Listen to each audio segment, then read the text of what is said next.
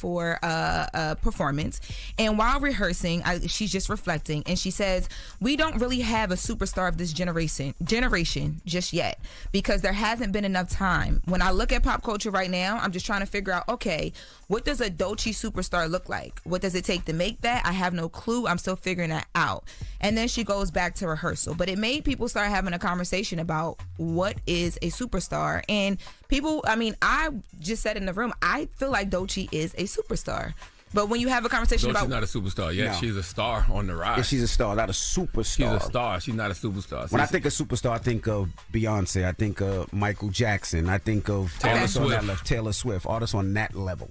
I can agree with that. I think for me, I like Dolce's vulnerability. They went back to her BET Awards acceptance speech. They talk about her Grammy acceptance speech when she's talking to the young girls and telling them anything is possible. But at BET, remember, she says that it wasn't planned. They were just live. And she talks about this in an article. She was on the red carpet and saw the protest and decided to get up there and call out the administration and all these things. And, she has these vlogs that you can clearly watch. She talks about in Vogue that she chose not to take them down because people need to see her at her lowest moments. And they compared those speeches to like the Andre 3000 Source Awards 95 moment where he was talking about the South has something to say. What the hell? That's two totally different things. Like Andre 3000 was talking about rap music and talking about the South has something to say in hip hop. What the hell that got to do with social issues? I think the reason I would compare what Dolce did to Kanye when he said George Bush don't care about black people or something like that. Like I would compare it to something like that. That she was discussing a social issue, not something that was going on in music. Well, the reason why I think they compared the two was just because they're talking because they're retarded. Listen, let me tell you something. You're not supposed to use that word. I'm not a superstar. I can't say that. I'm not a superstar. But listen, it is a very interesting conversation. What I would ask Dolce is, though, when she says generation, what generation is she talking about? Because there are still superstars, but a lot of them are grandfathered in from an era where the superstar was very definable. Okay, it was a different time. That's because celebrity was different. Right. Celebrity wasn't as accessible. Not to mention the barrier of entry to be a celebrity was way difficult. Like you actually had to have a unique talent or skill set to get on TV, to get in film, to get a record deal. Nowadays, because of social media, anybody can have some sort of relevancy. Yeah, overnight success. But let me ask you a question. Would you consider Nicki Minaj a superstar? Yes. I would, yes. Cardi B, superstar? Yes. Yes.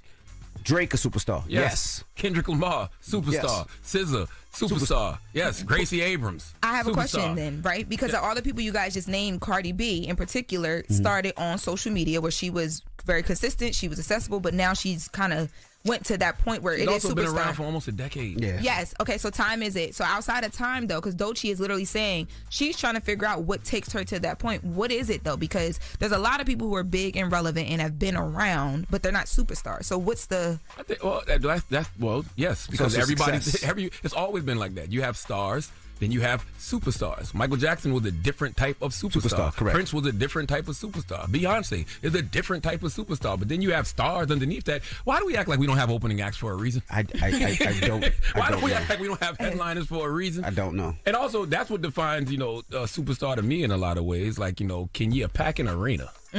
You know what I mean? Yes. Can you be in a movie and it go #1 at the box office? Yeah. That weekend. Yeah.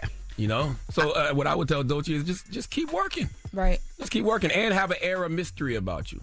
You know what I mean? Because I believe that since all of us... I think she has that already.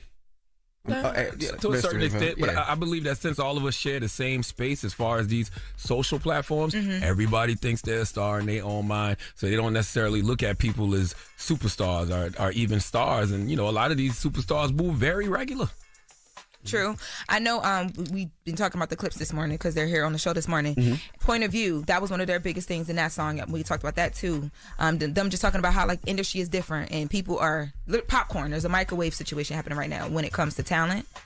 Yeah, people are chasing trends. Yes. 60-day stars. That's what you said? Yeah, 500 for the walkthrough. Yeah.